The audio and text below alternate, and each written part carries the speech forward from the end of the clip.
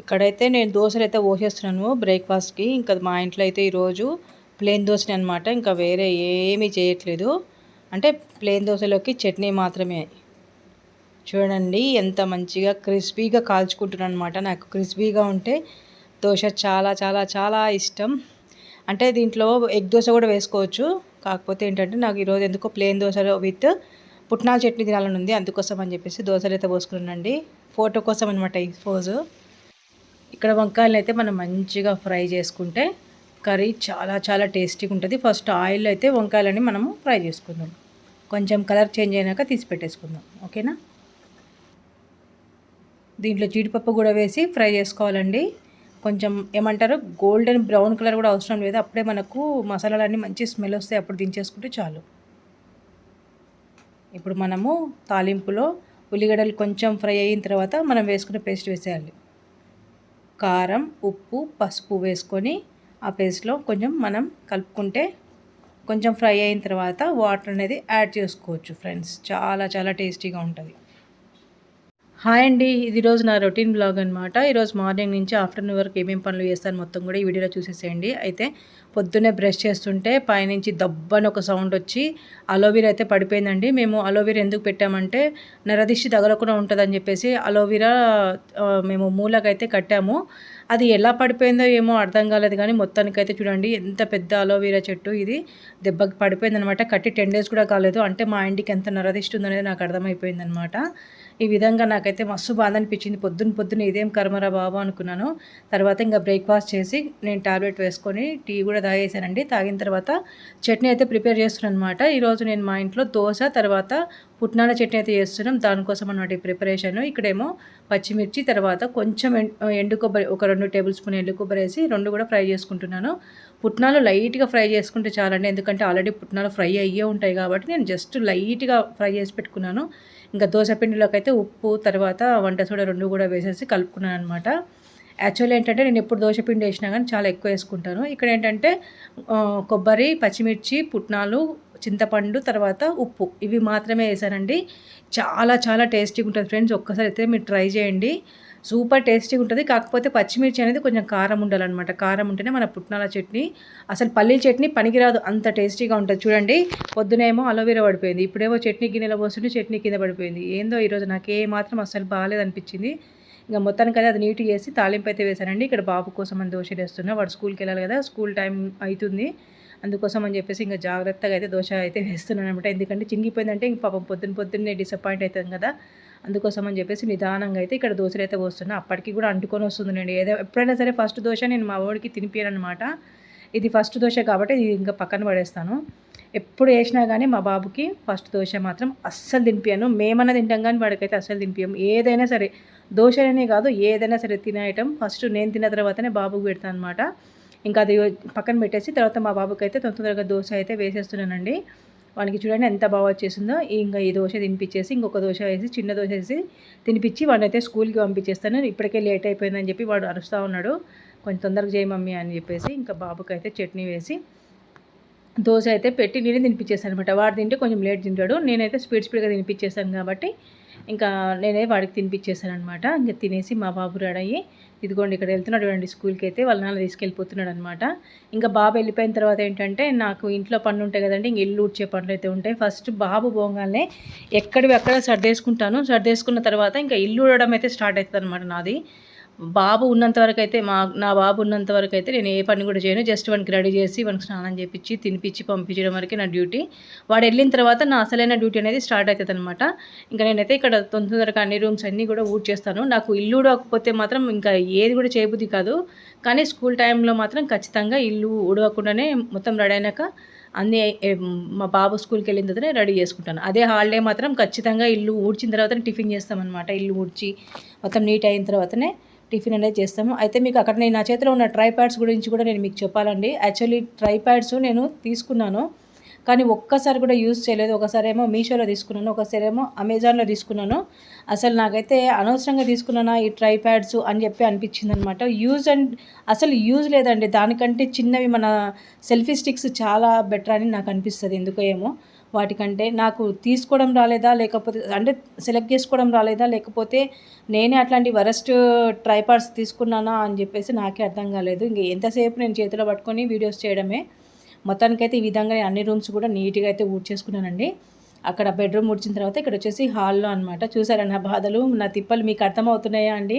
నేనైతే ట్రైపాడ్ని పట్టుకొని, ఫోన్ పట్టుకొని నా టెన్షన్ నాది ఉంటుంది. తర్వాత వీడియో మాత్రం రికార్డింగ్ నేనే చేసుకుంటున్నాను అనమాట. ఇంకెవరు లేరు కదండి. మా ఆయననేమో మా బాబుని తీసుకొని స్కూల్కి వెళ్ళారనమాట. ఇంకా నేను ఒక్కదాన్ని ఇల్లు ఊడుస్తున్నాను కాబట్టి ఇంకా నేను చేతిలో ఫోన్ పట్టుకొని ఇల్లు అయితే ఊడ్చేసాను. కంప్లీట్ అయిపోయిందనమాట. చెత్త ఎత్తేసి బయట పడేస్తాను. ఇంకా తర్వాత మా ఆయన వచ్చారు. 9:30 వరకు ఆయన వచ్చేస్తారనమాట. ఇంకా ఆయన స్నానం చేసి మా సార్ వచ్చేసి నమాజ్ చేసుకునే వరకు, మా ఆయన నమాజ్ చేసే వరకు నేనైతే టిఫిన్ రెడీ చేస్తాను. ఎప్పుడైనా సరే నేను మా ఆయన ఇద్దరం కలిసి టిఫిన్ చేస్తామండి. ఎప్పుడు కూడా ఇప్పటివరకు పెళ్ళైన 12 ఇయర్స్లో ఎప్పుడు కూడా నేను మా ఆయన వదిలిపెట్టి, అంటే ఇంకా ఆయన వేరే ఊరికి వెళ్తే తప్పించి ఎప్పుడు కూడా మేమిద్దరం ఎక్కడికి వెళ్ళినా మేము ఇద్దరమే కలిసి వెళ్తాము. కాకపోతే ఎప్పుడన్నా ఆయన అలా వెళ్తే మాత్రం ఇంకా నేను చేసేది ఏం లేదు కాబట్టి అప్పుడు మాత్రం తినాల్సి వస్తుంది. ఖచ్చితంగా తినకపోతే కూడా మళ్ళీ మా ఆయన అరుస్తారనమాట. ఎందుకు తినలే, టిఫిన్ ఎందుకు చేయలే, ట్యాబ్లెట్స్ ఎందుకు వేసుకోవాలని ఇంకా తిడుతూ ఉంటాడు. కాబట్టి ఇంకా మా ఆయన లేనప్పుడు తప్పించి మా ఆయన ఉంటే మాత్రం ఖచ్చితంగా మేమిద్దరం కలిసే తింటాము. ఎప్పుడు తిన్నా కానీ కలిసే తింటాం అనమాట. ఇంక ఇక్కడైతే నాకు మా ఆయనకి ఇద్దరికి మాత్రం ప్లేన్ దోశ వేస్తున్నా. ఆయనను అడిగాను అనమాట, ఎగ్ దోశ వేద్దునా అంటే వద్దని చెప్పన్నారు.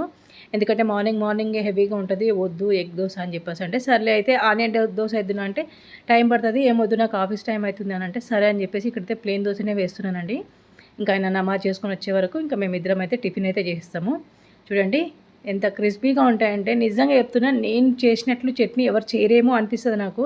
అంటే ఎవరి వంటలు వాళ్ళకి నచ్చుతాయండి. నా వంట అయితే చాలామందికి నచ్చుతుంది. అంటే మా ఇంటి పక్కన అక్క వాళ్ళకి కానీ, స్వాతి వాళ్ళకి కానీ ఎవరికైనా సరే నేను ఏమైనా కర్రీస్ ఇస్తే బాగున్నాయి అక్క అని అంటారు. అదే చాలు కదండి. అసలు వంటనే రాని నాతోని అన్ని వంటలు నేను నేర్చుకొని, అంటే ఎవ్వరు నాకు ఇట్లా చెయ్యి అట్లా చేయ చెప్పలేదన్నమాట. ఒకసారి చేస్తే చెడిపోతే ఓహో దీంట్లో ఇది ఎక్కువైంది, ఇంకొకసారి ఇట్లా చేయకూడదనే మైండ్ సెట్లో నేనే ఉండిపోయి చేసి నేర్చుకునేదాన్ని అనమాట. ఇంకా నేనైతే మా ఆయనేమో డైనింగ్ టేబుల్ మీద ఆయన కూర్చొని తినేస్తారు. నేను ఇట్లా సోఫాలో కూర్చొని తింటాను అనమాట కంఫర్ట్గా. పొద్దున్నుంచి అలసిపోయి ఉన్నా కదండి, అందుకోసమని ఇంక ఈ విధంగా నేనైతే సోఫాలో కూర్చొని దోశ అయితే తినేస్తున్నాను అనమాట. స్పీడ్గా చూడండి ఎంత ఆకలిస్తుందో నాకు. తిన్న తర్వాత ఏంటంటే ఇంకా టాబ్లెట్స్ కూడా ఉంటాయి కదండి నాకు తిన్న తర్వాత. ప్రొసిలాక్, నెవిస్టర్ ఇవి 2 కూడా టాబ్లెట్స్ వేసుకొని ఇంకా బియ్యం ఇంకా ఏంటంటే 10:30కి మా ఆయన వెళ్ళిపోతే నేను 12:30 వరకు, అంటే 12:30 కూడా కదండో 12:15 వరకు నేను వంట అనేది కంప్లీట్ చేయాలా.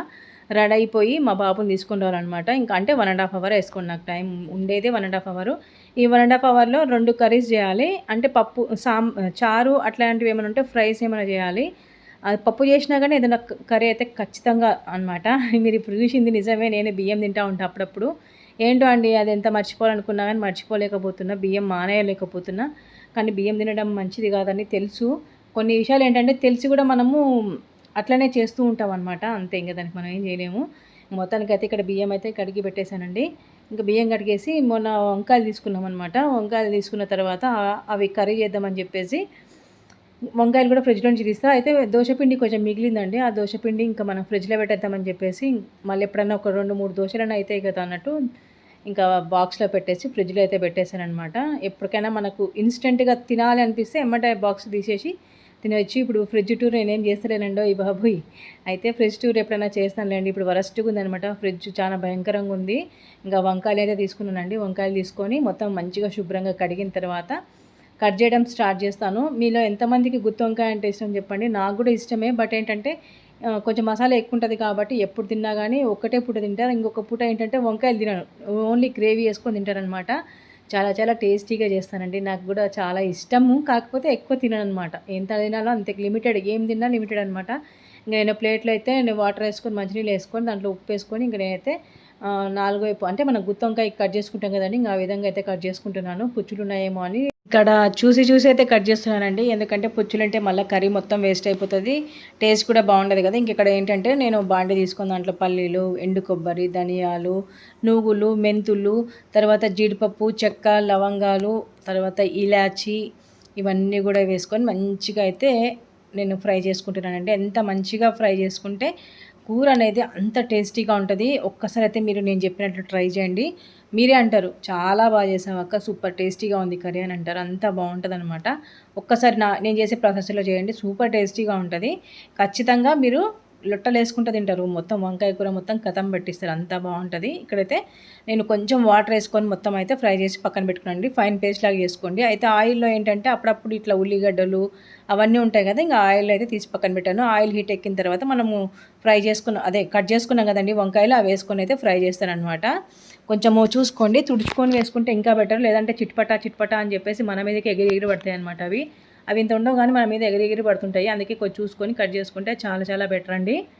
ఇంకా ఇక్కడైతే నేను నూనెలో అయితే ఫ్రై చేసుకుంటున్నానండి. కొంచెం వంకాయలనేది కలర్ చేంజ్ అయిపోయిన తర్వాత ఇంకా మనమైతే తీసి పక్కన పెట్టేసుకోవాలి. చూడండి ఆల్రెడీ కలర్ చేంజ్ అయిపోయినాయి కదా! ఇంకా ఇంతకన్నా ఎక్కువ అయితే మళ్ళీ వంకాయ అనేది గట్టిగా అవుతుంది కాబట్టి నేనైతే ఇంక అన్నీ తీసి పక్కన పెట్టేసుకుంటున్నాను.